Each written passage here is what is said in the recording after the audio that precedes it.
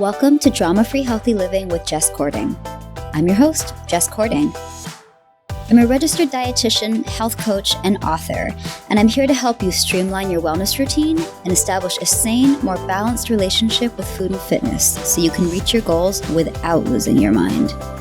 On this podcast, we'll talk about nutrition, exercise, self-care, mindset, and more. I'll be bringing you interviews and expert insight on the topics that matter to your health and wellness.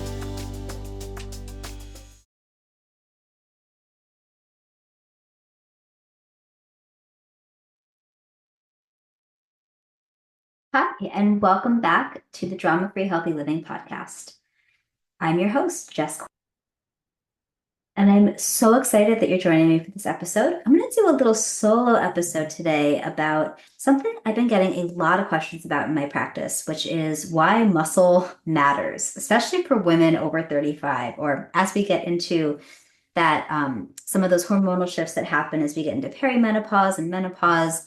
A lot of my clients have been telling me that they are hearing about muscle and they're hearing that it's important. They're hearing that they should eat protein, but they're a little confused as to what all the fuss is about or wanting to understand more specifically. So I wanted to just shed a little light on that today. So, okay. First off, just quickly, why muscle mass matters for women, especially as we get into that perimenopause and on.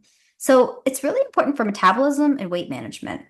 So muscle, it weighs more than fat, but it's more metabolically active than fat tissue, meaning that the more muscle mass somebody has, the higher their resting metabolic rate.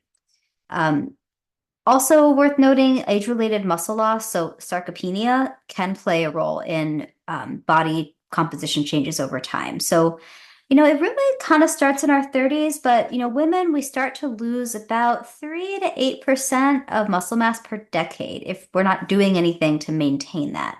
So when someone is losing muscle, that can lead to slower metabolism, weight gain, and also reduced strength and mobility. That expression, you don't stop exercising because you get old because you start exercising, kind of what we're talking about here. So this is why, somebody may find that they may not have changed their diet or exercise habits, but that as they get older, they notice their body either looks different, even if their weight doesn't change, or they notice that it is easier to gain weight and harder to lose weight. A lot of that has to do with just age-related changes in muscle mass. And that said, there are things that we can do to offset those changes. So we'll talk about that in a few. Okay, why is this happening at a certain time with women? Like what's going on? So as our hormones start to shift, that can impact the way our body maintains muscle. So estrogen, for example, as estrogen levels decline, because estrogen plays a role in the maintenance of muscle mass, as estrogen levels go down, muscle breakdown can also accelerate. So this is why strength training and protein intake are really helpful for focusing on as your estrogen levels start to go down. Whether you have the blood test to really show your estrogen levels, many women find that they can start to feel things are different. But just as you're kind of getting to that phase of life, there's so many different ways of describing it, but just making sure you are doing some kind of strength training or really looking at whether that strength training needs to be optimized and taking a look at your protein intake as well can be helpful. And then also, just something else to know is that bone health is a piece of the picture. So resistance training, so like strength training, whether that's like weight training, resistance bands, body weight exercises, etc. This actually can increase bone density, which is really important for reducing fracture risk. It's also just noteworthy that strong muscles support better balance and stability, which helps protect against falls. If you have the muscle strength to be able to like catch yourself if you fall, or have, if you start to fall or lose your balance, that can be very protective. And just as we get older, bone mineral density does start to decrease, so we are naturally more at risk for fractures. And then if you're also at increased risk of falls because you lack mobility and the muscles to help you stay balanced, it's kind of a, two things that are not very helpful. So just that's another reason that this can be really important. And then also, something I pay a lot of attention to in my practice is blood sugar and insulin sensitivity. So, when you have more muscle, that generally speaking can improve glucose uptake and insulin sensitivity, which reduces your risk of type 2 diabetes. So by what I mean in more like real people language is that, if you have more muscle mass, your body is more efficiently able to process the carbohydrates that you eat and turn them into energy and utilize them, get those carbs to, it's the glucose to the muscles that need it, rather than it starting to, build up in your bloodstream and increasing risk of type 2 diabetes, or leading to insulin resistance and related issues. So muscle is really helpful for that too. And then kind of related, there are some studies linking muscle strength to longer life expectancy. I can link to that in the show notes. Strength training has also been shown to reduce symptoms of depression and anxiety. So, from a mental health perspective, there's some benefits to strength training. So, it may not necessarily be like directly that having muscle makes you less depressed, but maybe there are studies that will show that at some point, but that the act of doing that strength training exercise has been associated with reduced symptoms of depression and anxiety. And also, you get that nice endorphin boost, which can build your confidence and kind of help you be consistent with healthy habits and just feel good. So, just to recap that, why muscle matters for metabolism and weight management, it dealing with or coping with the age-related muscle loss and its impact. Um, Hormones and muscle retention, there's definitely a relationship there, for protecting bone health and protecting against osteoporosis and protecting against fractures and falls, blood sugar and insulin sensitivity, and then mental health and longevity. So those are some big reasons that muscle mass matters. This is why we talk about this stuff, right? Like when you hear me saying like eat adequate protein, strength train, like it's not just because it sounds pretty, it looks good on Instagram. Like this is really good stuff for our health. So if you're, already in that over 35 age group, and you're like, okay, what do I do? I've never really paid attention to this before. You're feeling overwhelmed. I'm going to share a few things with you that, any one of these would be a good place to start, but, just a few things that have been shown to be important. So, okay, strength training. Like this is huge. I've been a dietitian for over a decade. And I have been, yeah, like almost 15 years. Wow. I have been begging my clients and patients to strength train for years. And it's kind of cool to see that more women are getting on board with this instead of being afraid of being bulky.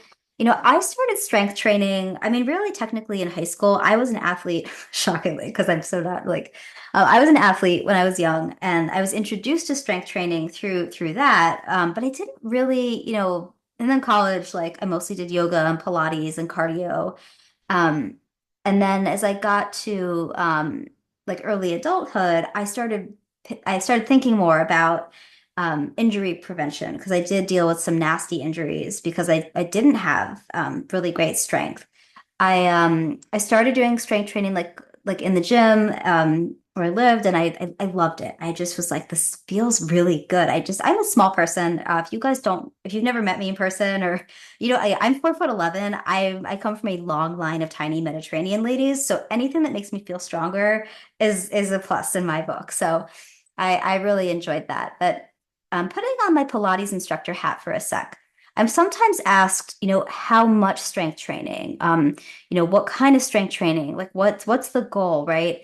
And I typically will recommend 2 to 3 days per week of resistance training is a pretty good goal. Or another way to look at it is working each muscle group. So when by that I mean like your upper body, your lower body. I would put core in there too, but your upper, your lower body, like work each muscle group ideally at least twice a week. And definitely make sure that there are rest days happening. Definitely don't want to overwork muscles because that, when we get injured, that sets us back. It doesn't feel good. The goal is to feel well and have a long, enjoyable, healthy life. So 2 to 3 days a week, or looking at it as working each muscle group twice a week. And you can get more specialized. I'm not going to go too deep into things like specifically what types of exercises, kind of because that we could be here all day. And I think that would be a conversation I'd love to have with a trainer who is doing more strength training with their clients, like is there all day, every day. But just making sure that you are working those muscle groups, whether it is through lifting weights, using resistance bands. Isometric exercises are really wonderful for working in there. Body weight exercises, that's like planks, push-ups, squats, lunges, that kind of stuff.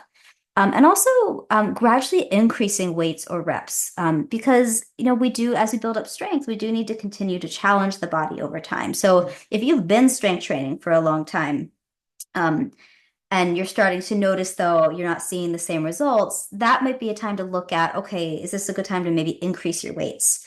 Or is it a good time to increase your reps?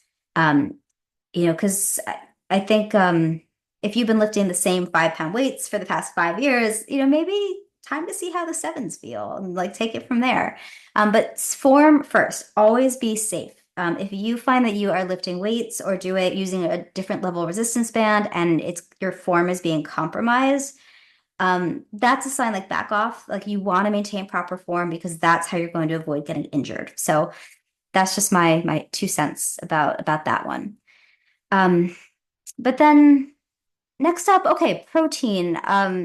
So protein is really important. I know right now we're in a media cycle where we're seeing like high protein everything. And I think, it's funny. As a dietitian, I like there's a lot of stuff that I'm seeing in the media that's really consistent with things I've been telling people to do for years, except the language is different or like the packaging of the message is different.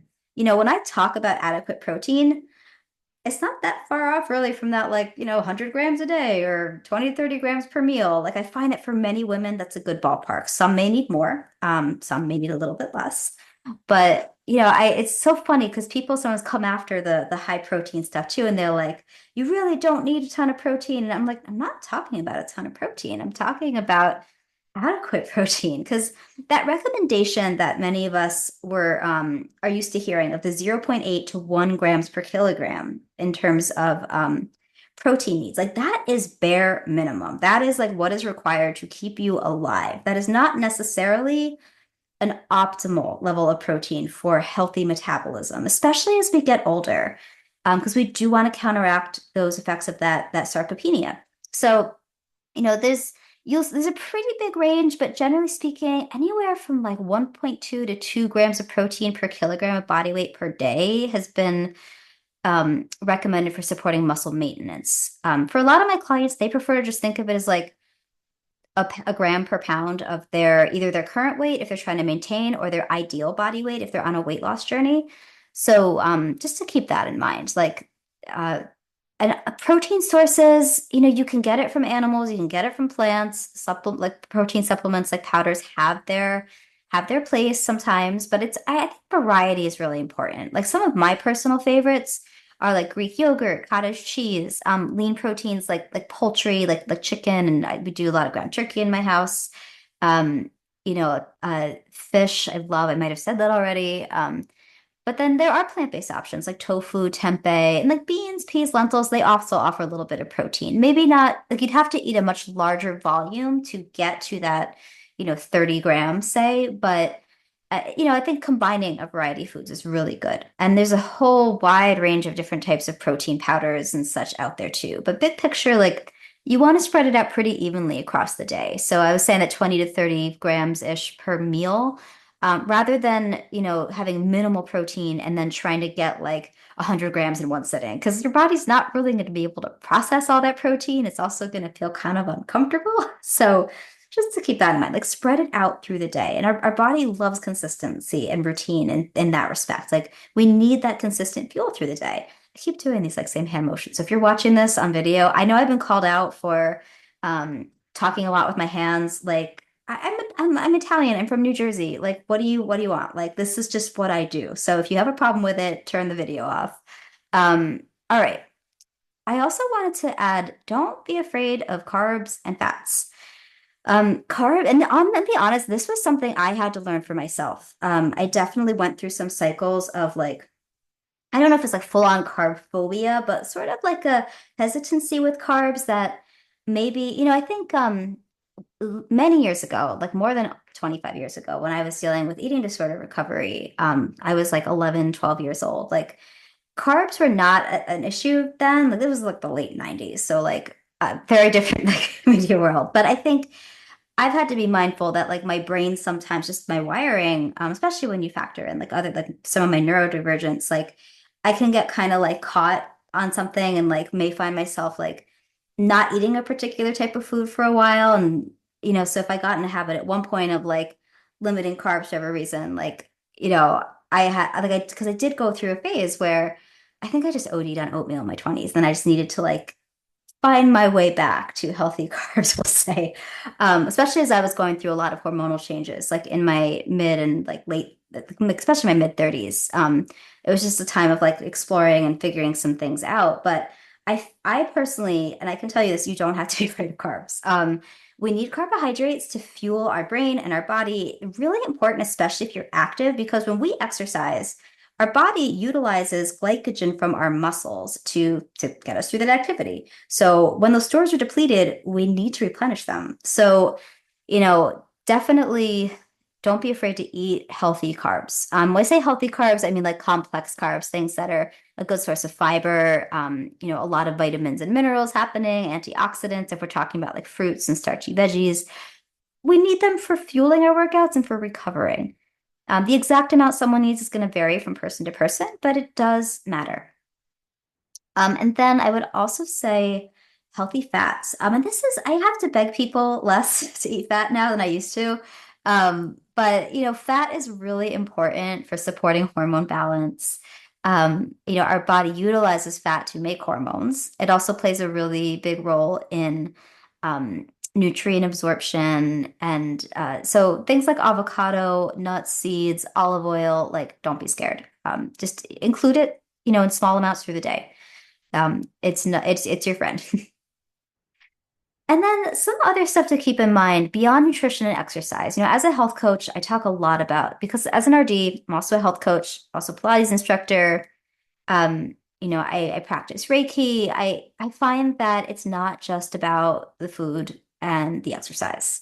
We really need to look at recovery and sleep. So I have a lot of women I work with are scared to take days off of exercise, especially, if maybe in the past they've been an athlete and they're used to really intense training. Or I've definitely seen some people who have been on, like restrictive eating and intense exercise regimens, whether there are disordered eating or exercise patterns, whether there is a full-on eating disorder or history of. But that's something we have to watch out for because if we are working our muscles really hard every day, there's no chance for them to recover and really build. I can't emphasize that enough. Like muscle growth actually happens during recovery, not just in the gym. So building in, a couple rest days into your regular routine is really important. It might feel weird at first. So if you're one of those people that like you don't feel like you have earned your food if you have not run or like done cardio or worked out intensely that day, maybe start with like, a gentle walk or something, or meditation or stretching, something that you feel, the blood's flowing, the oxygen's flowing, but is not going to be harming or, working against you. So don't be afraid to take rest time. It's really important. And while we're speaking of rest, sleep. So this is tricky, right? Because we know that adults need 7 to 9 hours of sleep per night. And if you're listening to this and you're laughing, like I've been there, I get that. But okay, so hear me out. Sleep deprivation has been shown to increase muscle breakdown and decrease strength gain. So not helpful for building and retaining muscle. Inconveniently, as our hormones start to change, that can impact our sleep quality. So, for example, changes in progesterone levels that can impact sleep quality. Testosterone levels, like as I'm recording this, I'm actually personally on a little journey of addressing some low testosterone through like lifestyle and supplementation. And one of the things that I first noticed that got me that tipped me off, it was time to get some labs done, was like I noticed that my sleep quality felt different, even though I was doing all of the same sleep hygiene practices. So, and I know it's you're like, okay, I don't get it. Like I didn't change anything. And so it's sometimes just knowing what's going on can be really helpful. So being intentional about our sleep hygiene. So you probably heard me say this before, but some of the basics like keeping the sleeping environment cool, dark, and quiet, having a relaxing wind down routine at night, um, limiting screen time and exposure to bright lights at night. I also I personally I incorporate journaling at night, aromatherapy. If you ever wake up in the night, you're like desperate to fall back asleep. My favorite thing for this is taking a quick shower, just to because that exposure to the warm water, it helps reduce our core body temperature, which can help us fall back asleep and stay asleep. So that's that's my personal favorite. But there's so many ways to support more restful sleep. So I do encourage that if you are dealing with some sleep issues, to really explore what can help you feel better. So, other things that help, um, really looking at stress management because, and this is something I feel was contributing a lot to my personal hormone related issues. But when you have a lot of stress in your life, that can um, cause an increase in cortisol levels, and that can really mess with your sleep. It can impact your hormones. It can also lead to muscle breakdown. So if you have a lot of stress in your life, it'd be silly for me to tell you like, well, just reduce your stress. Like, yeah, that sounds great, right? Like, sure. But what can you do to manage the stress? So, meditation, journaling, therapy, aromatherapy, time in nature, whatever works for you.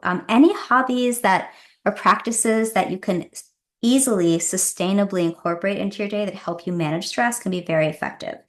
Um, so that's like kind of offsetting some of the effects of the stress, but then also looking more deeply at where is that stress coming from? And are there shifts that you can make in your life to help reduce it a little bit or make it feel more manageable? Where can you get support? So definitely, and sometimes that'll be something very small and minor. Sometimes that might require a bigger shift, but if you are looking at something bigger, I would definitely, weigh the pros and cons, right? And consider the cost of not managing your stress. Like, how's that going to affect your long-term health?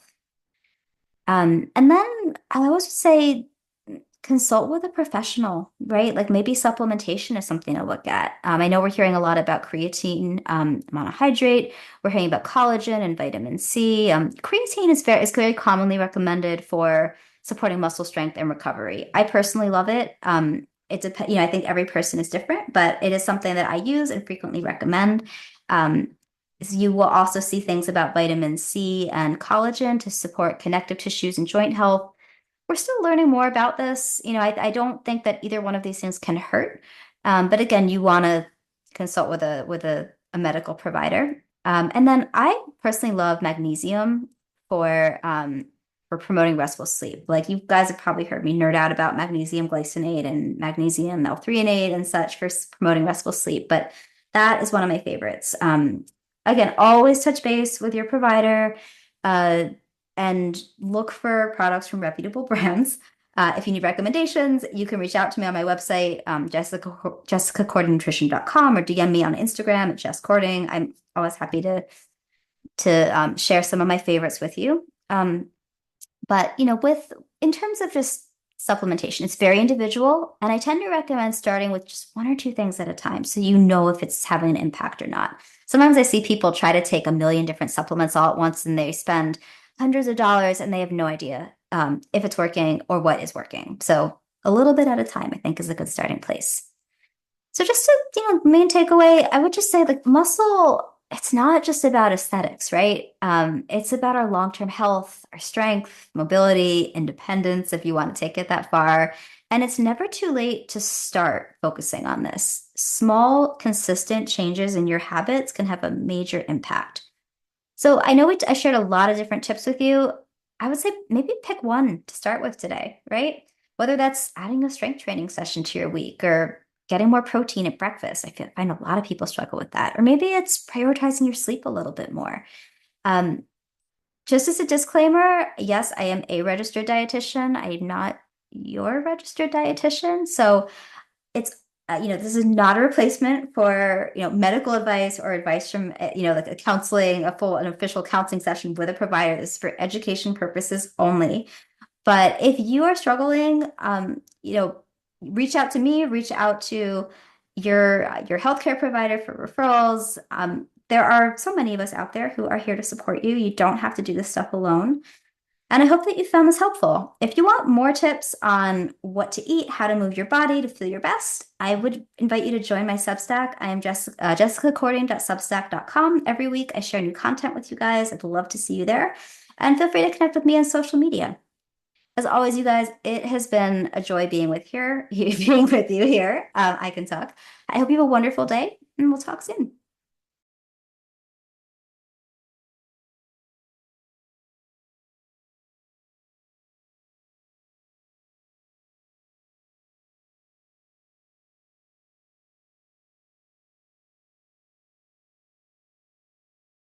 Thank you for listening to Drama Free Healthy Living with Jess Cording. We'll see you next time.